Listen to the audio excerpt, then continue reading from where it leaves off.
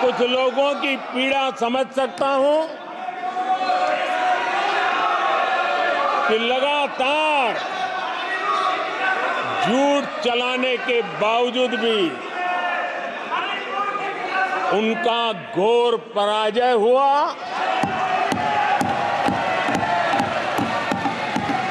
और लोकतंत्र के माननीय प्रतिपक्ष के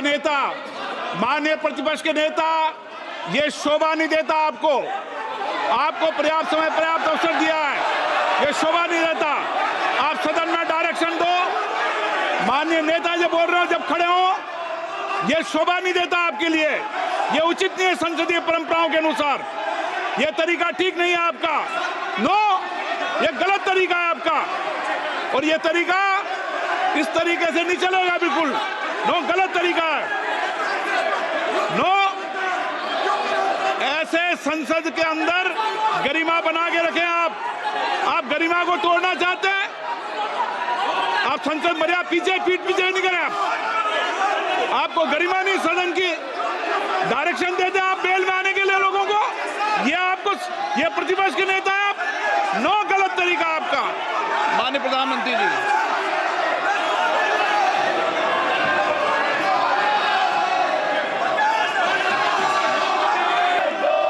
तो लोग भी जब 99 सुनते थे तो शाबाशी देते थे, बहुत उसको हौसला बुलंद करते थे। तो फिर उनके टीचर आए कि भैया किस बात की मिठाई बांट रहे हो, ये 100 में से 99 नहीं लाया, ये तो 543 में से लाया है।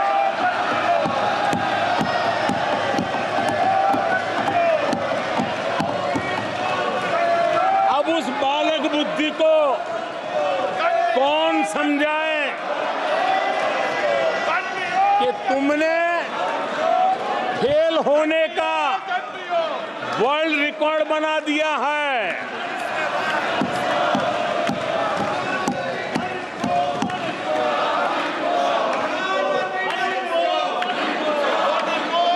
कांग्रेस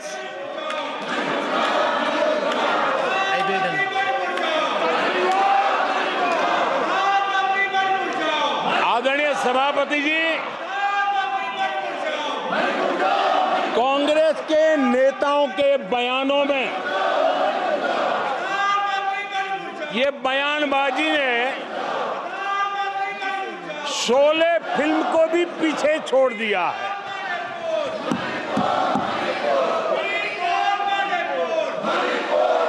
आप सबको शोले फिल्म की वो मौसी जी याद होगी।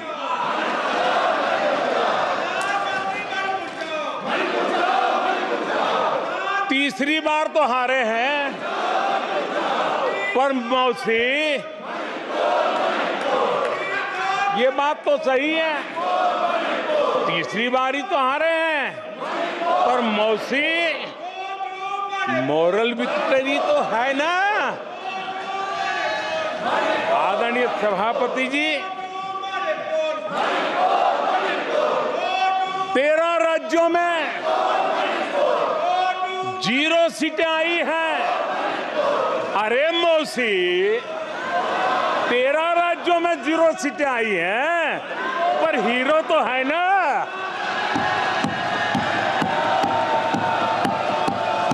आदरणीय सभापति जी, अरे पार्टी की लुटिया तो दुबई है। अरे मौसी, पार्टी अभी भी सांसें तो ले रही है।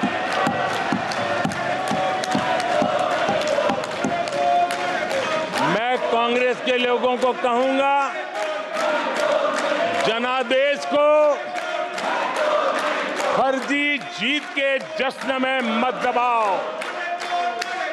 जनादेश को फर्जी जीत के नशे में मत दबाओ, उस जश्न में मत दबाओ।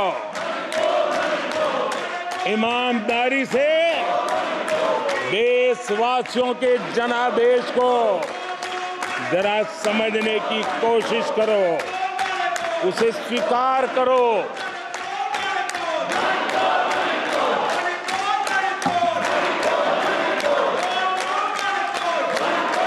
आदरणीय सभापति जी, मुझे नहीं पता कि कांग्रेस के जो साथी दल है उन्होंने इस चुनाव का विश्लेषण किया है कि नहीं किया है। ये चुनाव इन साथियों के लिए भी एक संदेश है।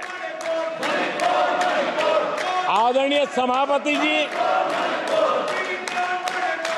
अब कांग्रेस पार्टी 2024 से एक परजीवी कांग्रेस पार्टी के रूप से जानी जाएगी। 2024 से जो कांग्रेस है वो परजीवी कांग्रेस है, और परजीवी वो होता है जो जिस शरीर पर उस शरीर के साथ रहता है, ये परजीवी उसी को ही खाता है। कांग्रेस भी जिस पार्टी के साथ गठबंधन करती है उसी के वोट खा जाती है, और अपनी सहयोगी पार्टी की कीमत पर वो फलती फूलती है, और इसलिए कांग्रेस परजीवी कांग्रेस बन चुकी है। मैं जब परजीवी कह रहा हूं तो तथ्यों के आधार पर कह रहा हूं। आदरणीय सभापति जी, मैं कुछ आंकड़े आपके माध्यम से सदन को और इस सदन के माध्यम से देश के सामने रखना चाहता हूं। जहां जहां भाजपा और कांग्रेस का सीधा मुकाबला था, या जहां कांग्रेस मेजर पार्टी थी और साथी के पास 1, 2, 3 सीटें थी, वहां कांग्रेस का स्ट्राइक रेट सिर्फ और सिर्फ 26% है, 26% है। लेकिन जहां किसी का पल्लू पकड़ करके चलते थे, जहां वो जूनियर पार्टनर थे, किसी दल ने उनको कुछ दे दिया मौका, ऐसे राज्यों में कांग्रेस जहां जूनियर पार्टनर थी उनका स्ट्राइक रेट 50% है, और कांग्रेस की 99 सीटों में से ज्यादातर सीटें उनके सहयोगियों ने उनको जिताया है। और इसलिए मैं कहता हूं ये परजीवी कांग्रेस है। 16 राज्यों में जहां कांग्रेस अकेले लड़ी, वहां उसका वोट शेयर इस चुनाव में गिर चुका है। आदरणीय सभापति जी, गुजरात, छत्तीसगढ़ और मध्य प्रदेश, इन 3 राज्यों में जहां कांग्रेस अपने दम पर लड़ी और 64 में से 64 में से सिर्फ 2 सीट जीत पाई है, 64 में से 2। इसका साफ मतलब है कि इस चुनाव में कांग्रेस पूरी तरह परजीवी बन चुकी और अपने सहयोगी दलों के कंधे पर उन्होंने चढ़ करके ये सीटों का आंकड़ा बढ़ाया है।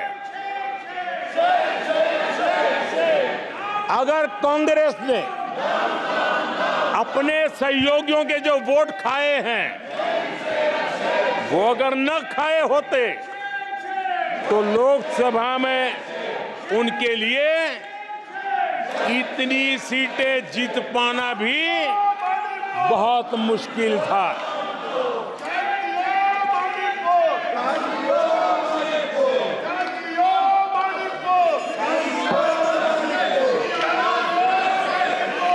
आदरणीय सभापति जी,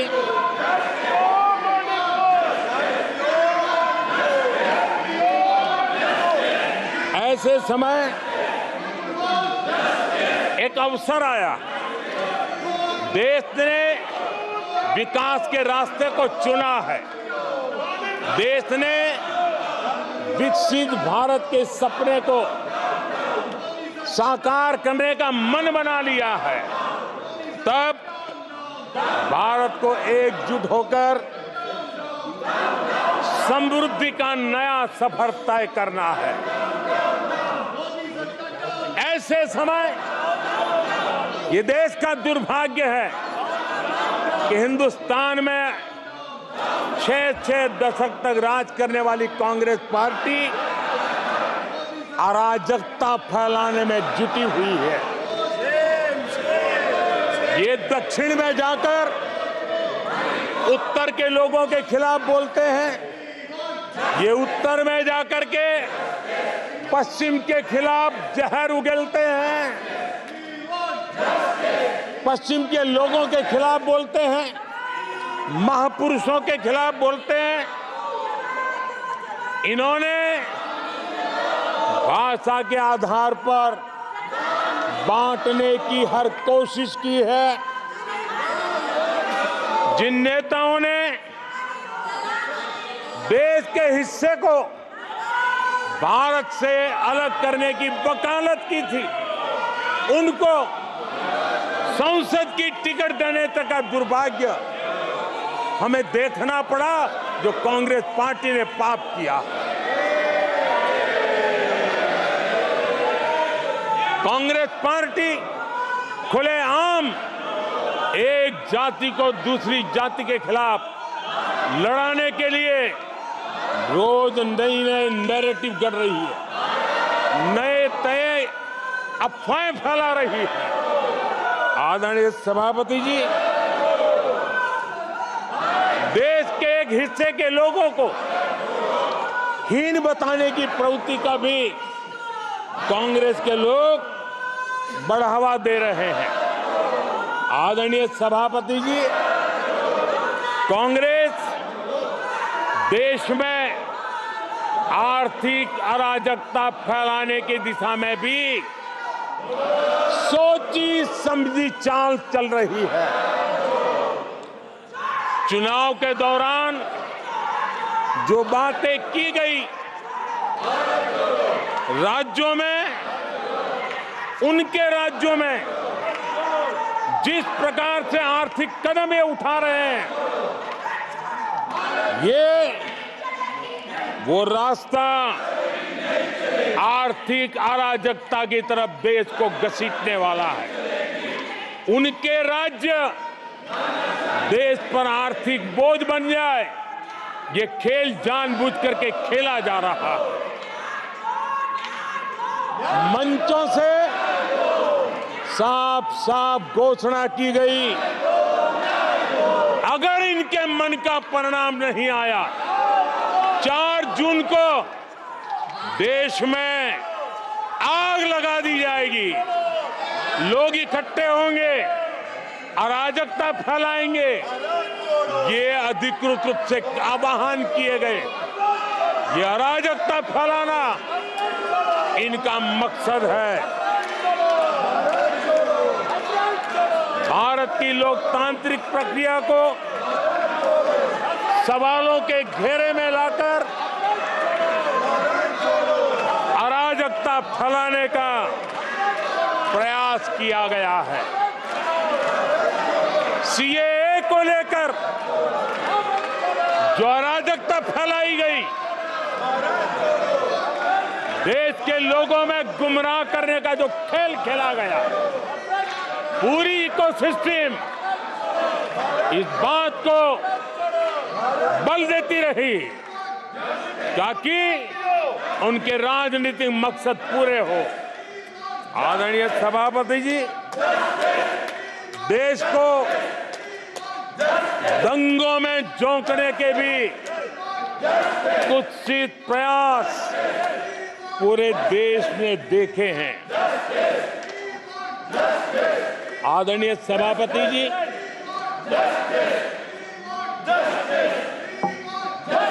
आजकल सिंपैथी गेन करने का एक नई ड्रामेबाजी शुरू की गई है, नया खेल खेला जा रहा है। मैं एक किस्सा सुनाता हूं। एक बच्चा स्कूल से आया और जोर जोर से रोने लगा और उसकी मां भी डर गई, क्या हो गया, बहुत रोने लगा और फिर कहने लगा, मां मुझे आज स्कूल में मारा गया, आज स्कूल में मुझे उसने मारा, आज स्कूल में मुझे इसने मारा, और जोरों जोरों से रोने लगा। मां परेशान हो गई। उसने उसे पूछा कि बेटा बात क्या थी, लेकिन वो बता नहीं रहा था, बस रो रहा था, मुझे मारा मुझे मारा।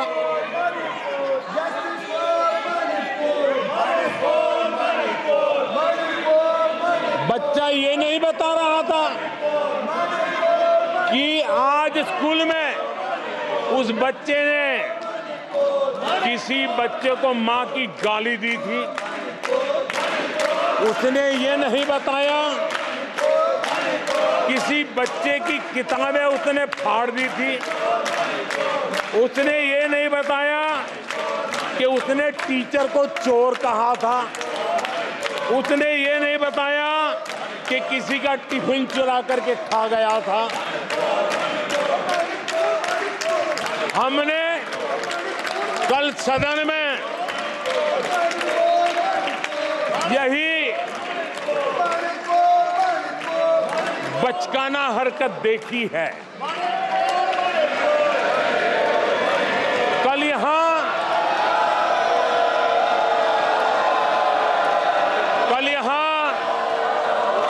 बालक बुद्धि का विलाप चल रहा था।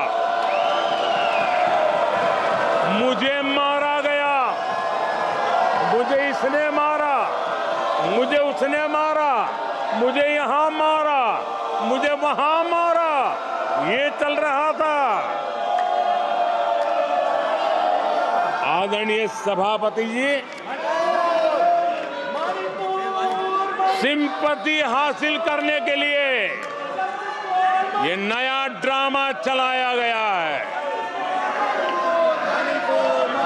लेकिन देश ये सच्चाई जानते हैं कि ये हजारों करोड़ रुपए उसकी हेराफेरी के मामले में जमानत पर बाहर है।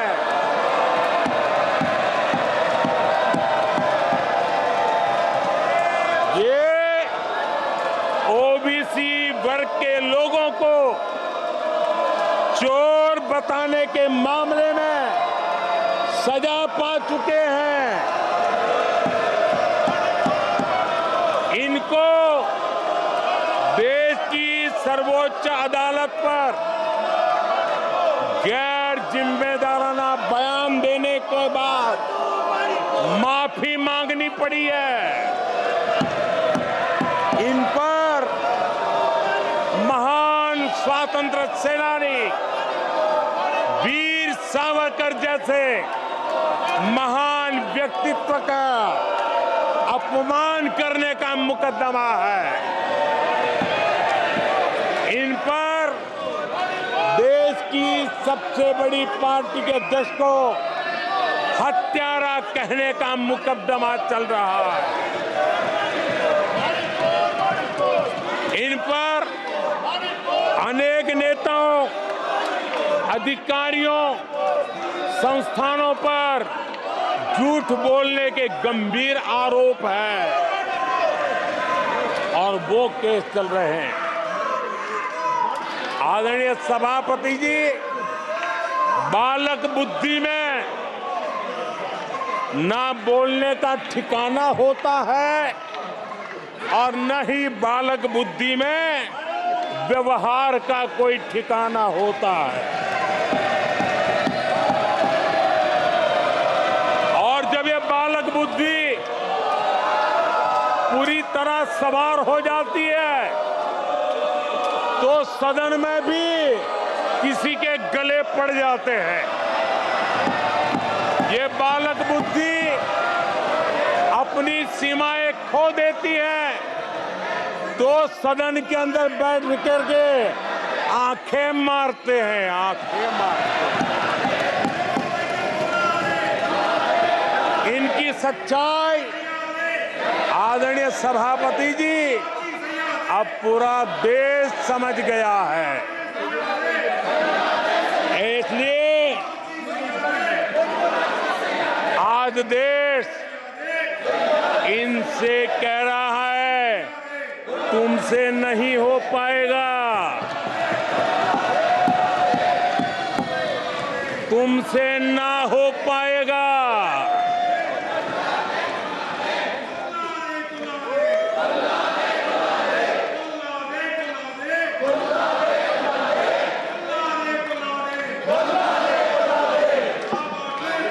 बैठिए माननीय सदस्य प्लीज।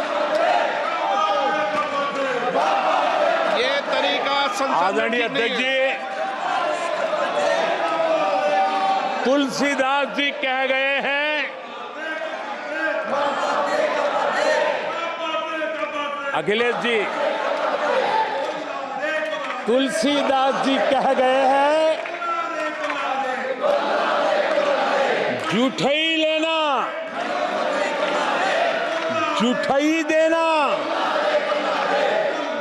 जूठई भोजन जूठई चबेना। तुलसीदास जी ने कहा है जूठई लेना जूठई देना, जूठई भोजन जूठई चबेना। कांग्रेस ने झूठ को राजनीति का हथियार बनाया।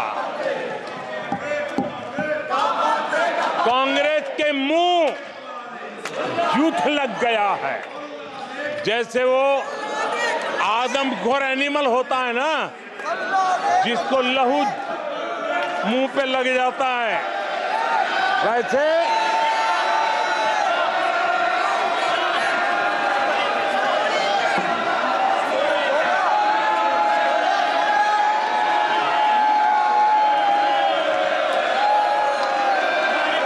आदरणीय सभापति जी, कांग्रेस के मुंह झूठ का खून लग गया है। देश ने कल 1 जुलाई को खटाखट दिवस भी मनाया है।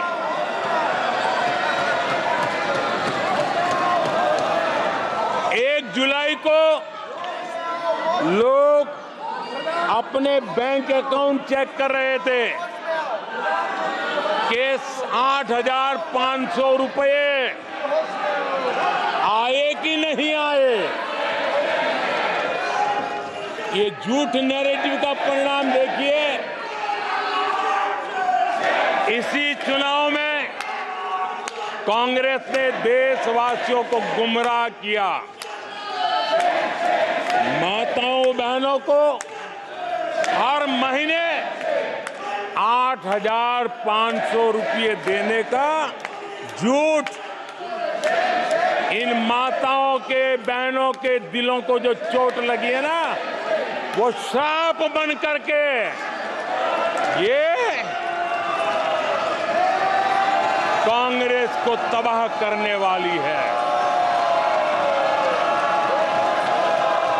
आदरणीय सभापति जी, ईवीएम को लेकर झूठ, संविधान को लेकर झूठ, आरक्षण को लेकर झूठ, उससे पहले राफेल को लेकर झूठ, HAL को लेकर के झूठ, LIC को लेकर के झूठ, बैंकों को लेकर झूठ, कर्मचारियों को भी भड़काने के प्रयास हुए। हौसला तो इतना बढ़ गया कि कल सदन को भी गुमराह करने का प्रयास हुआ। कल अग्निवीर को लेकर सदन में झूठ बोला गया। कल यहां भरपूर असत्य बोला गया कि MSP नहीं दिया जा रहा। अध्यक्ष जी, संविधान की गरिमा से खिलवाड़ ये सदन का दुर्भाग्य है और अनेक बार लोकसभा में जीत करके आए लोग सदन की गरिमा के साथ खिलवाड़ करे, ये शोभा नहीं देता है। आदरणीय सभापति जी, जो दल 60 साल तक यहां बैठा है,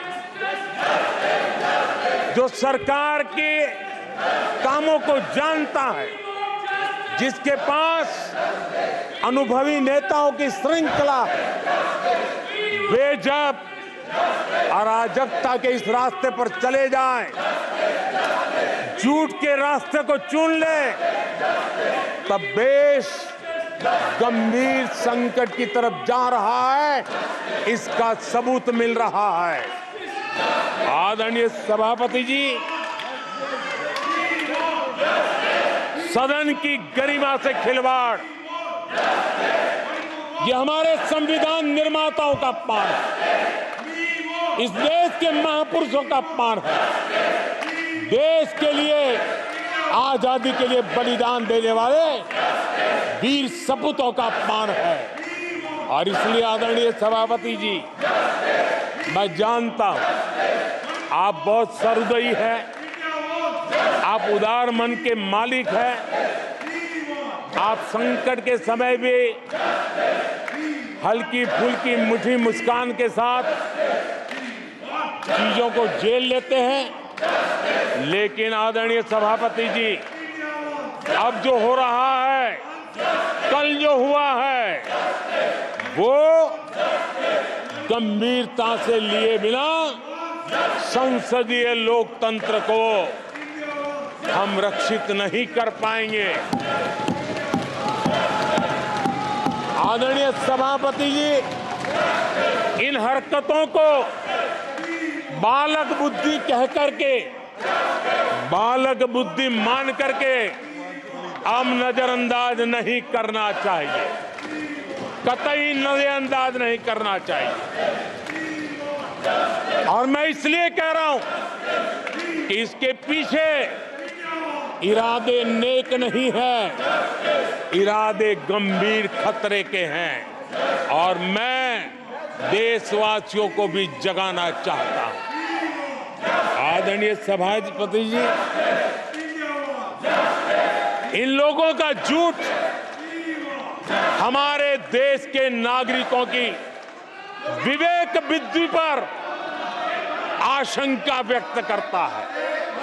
उनका झूठ देश के सामान्य विवेक बुद्धि पर एक तमाचा मारने की निर्लज्ज हरकत है। आदरणीय सभापति जी, ये हरकतें देश की महान परंपराओं पर तमाचा है। आदरणीय सभापति जी, इस सदन की गरिमा बचाने का बहुत बड़ी जिम्मेदारी आप पर है। सदन में शुरू हुई झूठ की परंपरा पर कठोर कार्रवाई करेंगे। ये देशवासियों की भी और इस सदन की भी अपेक्षा है। आदरणीय सभापति जी, कांग्रेस ने संविधान और आरक्षण पर भी हमेशा झूठ बोला। आज मैं 140 करोड़ देशवासियों के सामने सच्चाई रखना चाहता हूं, बड़ी नम्रता पूर्वक रखना चाहता हूं। देशवासियों ने भी इस सत्य को जानना बहुत जरूरी है। आदरणीय सभापति जी, आपातकाल इमरजेंसी का 50वां वर्ष है। इमरजेंसी सिर पर सिर्फ सत्ता के लोभ के खातिर, तानाशाही मानसिकता के कारण देश पर थोपा गया तानाशाही शासन था और कांग्रेस क्रूरता की सभी हदें पार कर चुकी है। उसने अपने ही देशवासियों पर क्रूरता का पंजा फैलाया था और देश के ताने बाने को छिन्न विच्छिन्न करने का पाप किया था। आदरणीय सभापति जी, सरकारों को गिराना, मीडिया को दबाना, हर कारनामे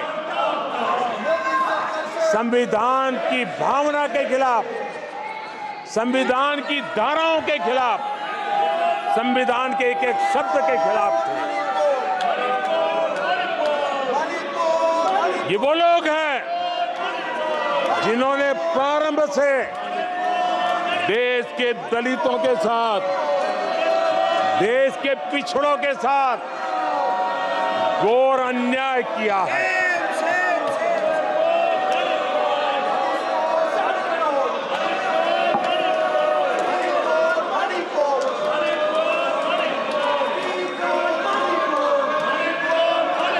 आदरणीय सभापति जी, और इसी कारण से बाबा साहब आंबेडकर ने कांग्रेस की दलित विरोधी, पिछड़े विरोधी मानसिकता के कारण नेहरू जी की कैबिनेट से इस्तीफा दिया था। उन्होंने पर्दाफाश किया था कि कैसे नेहरू जी ने दलितों, पिछड़ों के साथ अन्याय किया और बाबा साहब आंबेडकर ने कैबिनेट से इस्तीफा देते समय जो कारण बताए थे, वो कारण इनके चरित्र को दर्शाते हैं। बाबा साहब आंबेडकर जी ने कहा था, मैं सरकार द्वारा अनुसूचित जातियों की उपेक्षा पर अपने अंदर उत्पन्न आक्रोश को रोक नहीं सका। ये बाबा साहब आंबेडकर के शब्द हैं। अनुसूचित जातियों की उपेक्षा, इसने बाबा साहब आंबेडकर को आक्रोशित कर दिया। बाबा साहब के सीधे हमले के बाद नेहरू जी ने बाबा साहब आंबेडकर का राजनीतिक जीवन खत्म करने के लिए पूरी ताकत लगा दी। आदरणीय सभापति जी, पहले षड्यंत्र पूर्वक बाबा साहब आंबेडकर को चुनाव में हरवाया गया। आदरणीय सभापति जी, हराया इतना ही नहीं, उन्होंने बाबा साहब आम्बेडकर के इस पराजय की उसका जश्न मनाया, खुशी मनाई और खुशी उन्होंने व्यक्त की। आदरणीय सभापति जी, एक पत्र में ये लिखित है इस खुशी का। आदरणीय सभापति जी,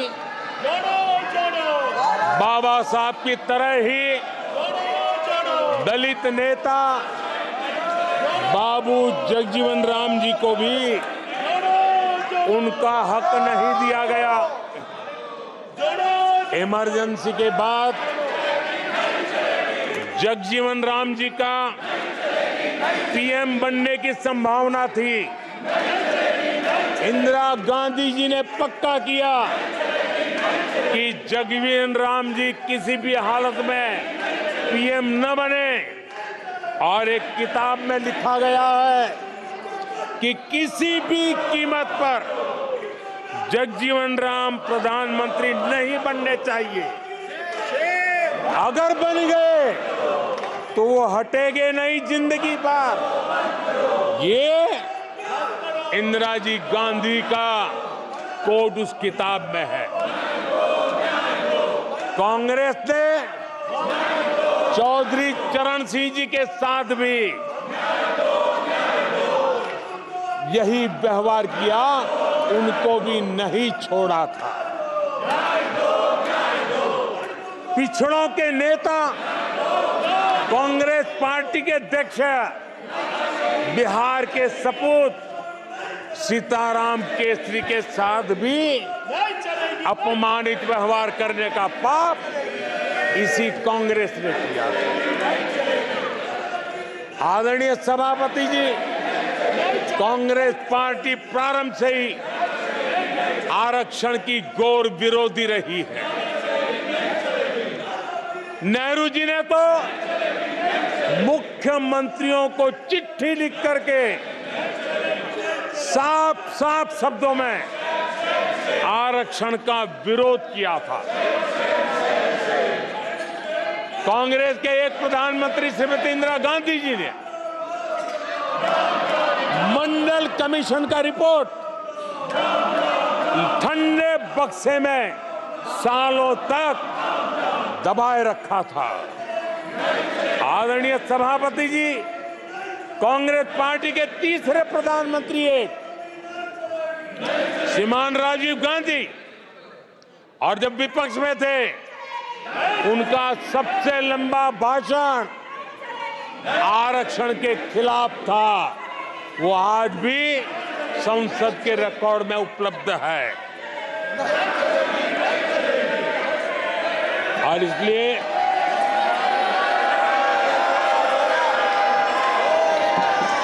आदरणीय सभापति जी, मैं आज एक गंभीर विषय पर आपका और देशवासियों का ध्यान आकर्षित करना चाहता हूं। कल जो हुआ, इस देश के कोटि कोटि देशवासी आने वाली सदियों तक माफ नहीं करेंगे। आदरणीय सभापति जी, 131 साल पहले, 131 ईयर पहले स्वामी विवेकानंद जी ने शिकागो में कहा था, मुझे गर्व है कि मैं उस धर्म से आता हूं जिसने पूरी दुनिया को सहिष्णुता और वैश्विक स्वीकृति सिखाई है।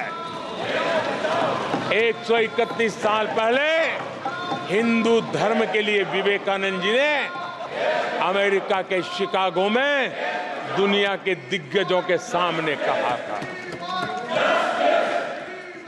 आदरणीय सभापति जी, हिंदू सहनशील है, हिंदू अपनत्व को लेकर के जीने वाला समूह है।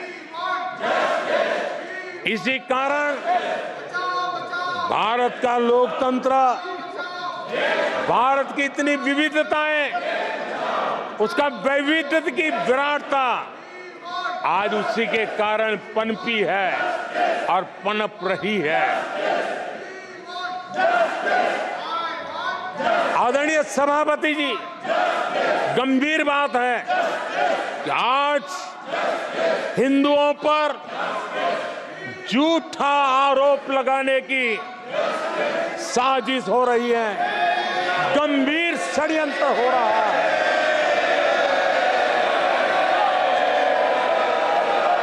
आदरणीय सभापति जी,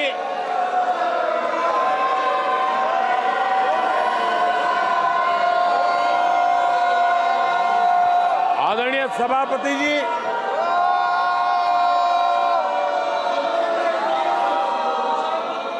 ये कहा गया हिंदू हिंसक होते हैं?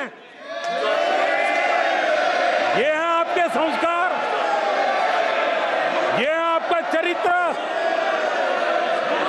ये है आपकी सोच, ये है आपकी नफरत इस देश के हिंदुओं के साथ।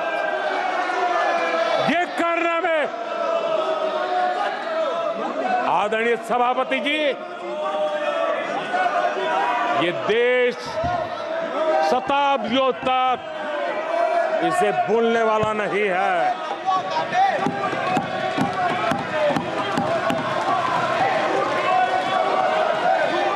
कुछ दिन पहले हिंदुओं में जो शक्ति की कल्पना है, उसके विनाश की घोषणा की गई थी। आप किस शक्ति की विनाश की बात करते हैं? ये देश सदियों से शक्ति का उपासक है। ये मेरा बंगाल मां दुर्गा की पूजा करता है, शक्ति की उपासना करता है। ये बंगाल मां काली की उपासना करता है, समर्पित भाव से करता है। आप उस शक्ति के विनाश की बातें करते हो। ये वो लोग हैं जिन्होंने हिंदू आतंकवाद ये शब्द गढ़ने की कोशिश की थी।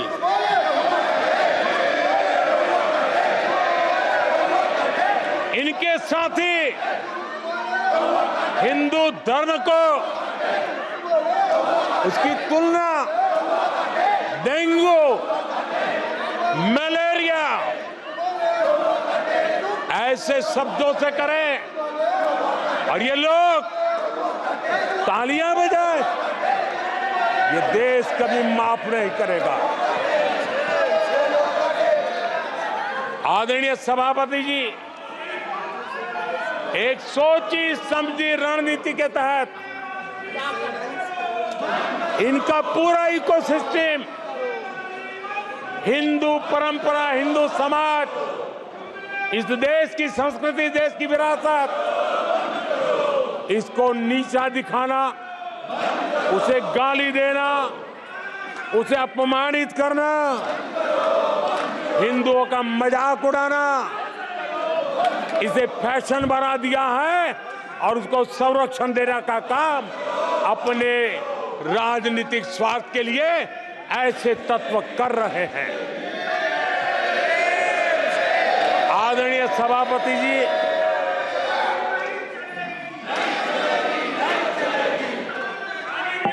माननीय सदस्य प्लीज। आदरणीय सभापति जी, हम बचपन से सीखते हुए आए हैं, गांव का हो, शहर का हो, गरीब हो, अमीर हो,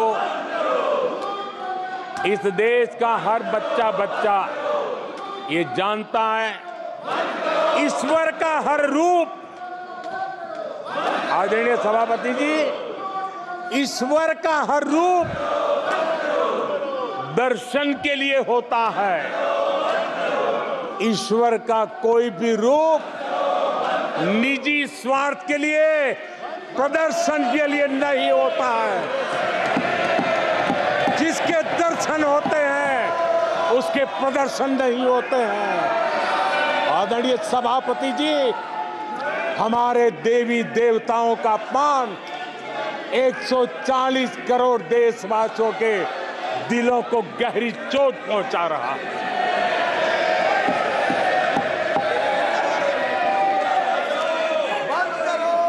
निजी राजनीतिक स्वार्थ के लिए ईश्वर के रूपों का इस प्रकार से खेल, आदरणीय सभापति जी, ये देश कैसे माफ कर सकता है?